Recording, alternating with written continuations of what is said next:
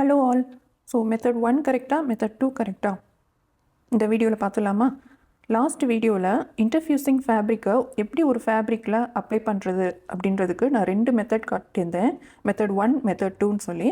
அதில் எந்த மெத்தட் கரெக்டுன்றதை இந்த வீடியோவில் சொல்கிறதா சொல்லியிருந்தேன். அதுக்கான ரீசனும் நம்ம பார்க்கலாம். இந்த ப்ரீவியஸ் வீடியோவை நீங்கள் செக் பண்ணல அப்படின்னா அதோட லிங்க் டிஸ்கிரிப்ஷனில் நான் தரேன். அதை ஃபஸ்ட்டு செக் பண்ணிவிட்டு அந்த வீடியோ பார்த்துட்டு அதுக்கப்புறம் இந்த வீடியோக்கு வாங்க, இல்லைனா உங்களுக்கு புரியாது. இப்போ வீடியோக்குள்ளே போகலாம். மெத்தட் 1 கரெக்டாக, மெத்தட் 2 கரெக்டாக அப்படின்னு சொல்லி பார்க்கும்போது மெத்தட் 2 தான் கரெக்டு. ஏன்ற ரீசன் நான் இப்போ சொல்கிறேன். ஸோ நம்ம யூஸ் பண்ண ஃபேப்ரிக், மெயின் ஃபேப்ரிக் என்னென்னா சாட்டின். இது ரைட் சைட், இது ராங் சைட். இன்டர்ஃப்யூசிங் ஃபேப்ரிக் என்ன அப்படின்னு சொல்லி பார்த்தீங்க அப்படின்னா Lycra fabric. Okay, Lycra interfusing fabric. Okay, இது கேன்வாஸ் இல்லை, ஃபேப்ரிக். இது ரைட் சைட், இது ராங் சைட், க்ளூ இருக்கிற சைட். ஸோ ஒவ்வொரு ஃபேப்ரிக்கும் அதுக்கே உண்டான ஒரு ஸ்ட்ரெச் இருக்கும். ஓகே, ஒவ்வொரு ஃபேப்ரிக்கும் ஸ்ட்ரெச் இருக்கும். அது அந்த ஃபேப்ரிக்கோட நேச்சரை பொறுத்து, அந்த ஃபேப்ரிக்கோட வீவிங் மெத்தடை பொறுத்து ஒவ்வொன்றுக்கும் டிஃபர் ஆகும்.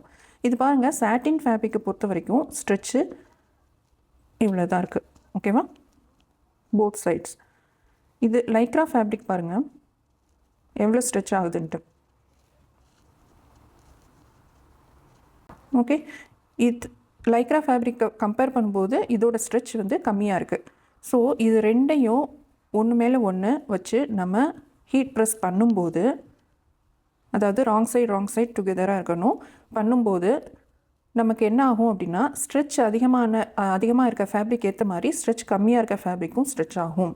ஓகே, நான் வந்து உங்களுக்கு சாம்பிள் காட்டணுன்றதுக்காக ரேண்டம் ஷேப்பில் கட் பண்ணி வச்சுருக்கேன். நீங்கள் எக்ஸாக்ட் ஷேப்பில் கட் பண்ணி இதை அயர்ன் பண்ணாலுமே எது ஸ்ட்ரெச் அதிகமாக இருக்கோ அதுக்கேற்ற மாதிரி இதுவும் எக்ஸ்பேண்ட் ஆகும், ஸ்ப்ரெட் ஆகும். ஓகே, இப்போ பாருங்கள், மெத்தட் 1ல் நம்ம அந்த மாதிரி தான் பண்ணோம். ஓகேவா, எக்ஸாக்ட் ஷேப்புக்கு கட் பண்ணிவிட்டு ரெண்டையும் பேட்டர்ன் ஷேப்புக்கு கட் பண்ணிவிட்டு அதுக்கப்புறம் ரெண்டையும் வச்சு நம்ம ப்ரெஸ் பண்ணோம். இப்போ பாருங்கள் இதுக்கு எவ்வளோ ஸ்ப்ரெட்டாக இருக்குன்ட்டு. மெயின் ஃபேப்ரிக் இங்கே இருக்குது, உள்ள இன்டர்ஃப்யூசிங் ஃபேப்ரிக் பாருங்கள், இதை தாண்டி வெளியில் ஸ்ட்ரெச் ஆகிருக்கு எல்லா பக்கமுமே. ஓகே, ரெண்டுக்கும் ஒரே பேட்டர்ன் தான். வச்சு கட் பண்ணிவிட்டு அயர்ன் பண்ணதுக்கப்புறம் இந்த அளவுக்கு ஸ்ட்ரெச் ஆகிருக்கும். நம்ம என்ன பண்ணுவோம், ஸ்ட்ரெச் ஆனதுக்கப்புறம் மெயின் ஃபேப்ரிக் ஏற்ற மாதிரி இதை கட் பண்ணிடுவோம்.